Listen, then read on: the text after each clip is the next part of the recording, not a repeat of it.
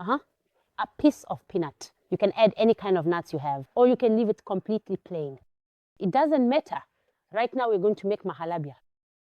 No, we're going to make vermicelli. Is it mahalabia or vermicelli? It's both together. But today, our mahalabia has something different added to it. We're not using starch for it. Instead, we're bringing in other different binding agents. That's why I'm a bit indecisive about it. All right? Okay, today we're going to give it a slightly richer taste. It's well known that we make vermicelli with milk, but today I'm going to make vermicelli with milk and dates. A few dates for their health benefit. We need some energy given how drained we are. A pan on the stove, and just look at how amazing and rich the flavor turns out when it's made this way. A little bit of oil, and then I'll bring butter like this. And I'll take some dates, cut into small pieces, and I'll add them straight away to the butter I have.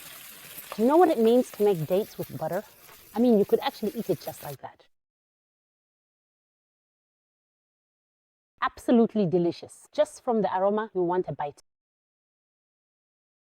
Just like this. Look at how small the pieces. I don't chop them too finely. I want them in small pieces so they start to soften. I add vanilla and a pinch of ground cinnamon. Oh God, on the food. The smells, honestly, I can't even tell you. This mix just makes you crave a sandwich. Just like this, I added vanilla. No need for extra sugar. The dates are sweet enough so it doesn't become overpowering. Now look at this. See how the dates have started to soften and become tender. Oh my goodness, this is insane. Now I'm going to add all this deliciousness with toasted vermicelli. So what if I haven't toasted the vermicelli beforehand? What should I do? I'd remove the dates from the ghee.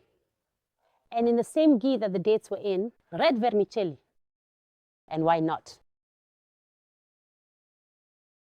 Oh, absolutely. Of course, you can do it without vermicelli. But since the vermicelli is already toasted, as soon as I add it to the dates, I can't even begin to tell you how amazing it smells. I take it off the heat so it doesn't burn, and then I move on to the next step. In the name of God. Milk.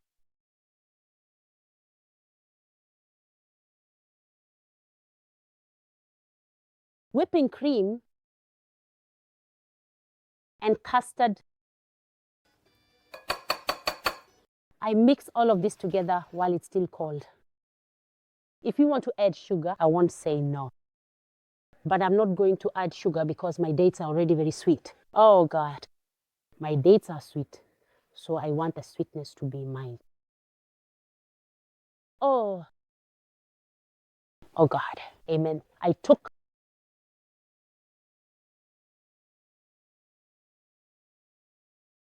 the milk, custard, and whipping cream and poured them over the vermicelli. Now, the amount of milk we added with the vermicelli and custard will thicken right away, and our vermicelli won't be cooked yet. So I bring some boiling water and do this. Because you see, when the vermicelli actually starts to cook, it gradually begins to dry out over time. And I really don't want that to happen at all. That's why I pay close attention to it. That's why I gave it some room. There, all is well. Should I cover it? Don't cover it at all. Leave it uncovered, just like this as shown. And we'll start stirring it every now and then, but gently. We stir it gently, it will start to thicken and the vermicelli will begin to cook. And of course, we know that the vermicelli won't take any time at all to cook. And what do we do next? Our viewers, as you can see, just like this, and we've made vermicelli with dates and custard. That turns out amazing, amazing, amazing. So now our dessert is all set. We'll start pouring it into the cup so it can cool down from the heat.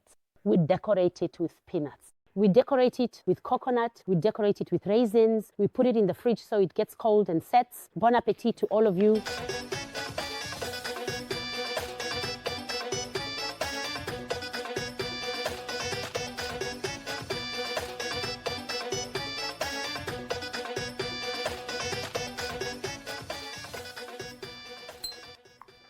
And as you can see right here, our delicious vermicelli noodles, beautifully presented with creamy custard and a generous topping of whipped cream. It tastes really, really, really good. And we actually made it with dates. Honestly, it's just so amazing, truly. Just like this.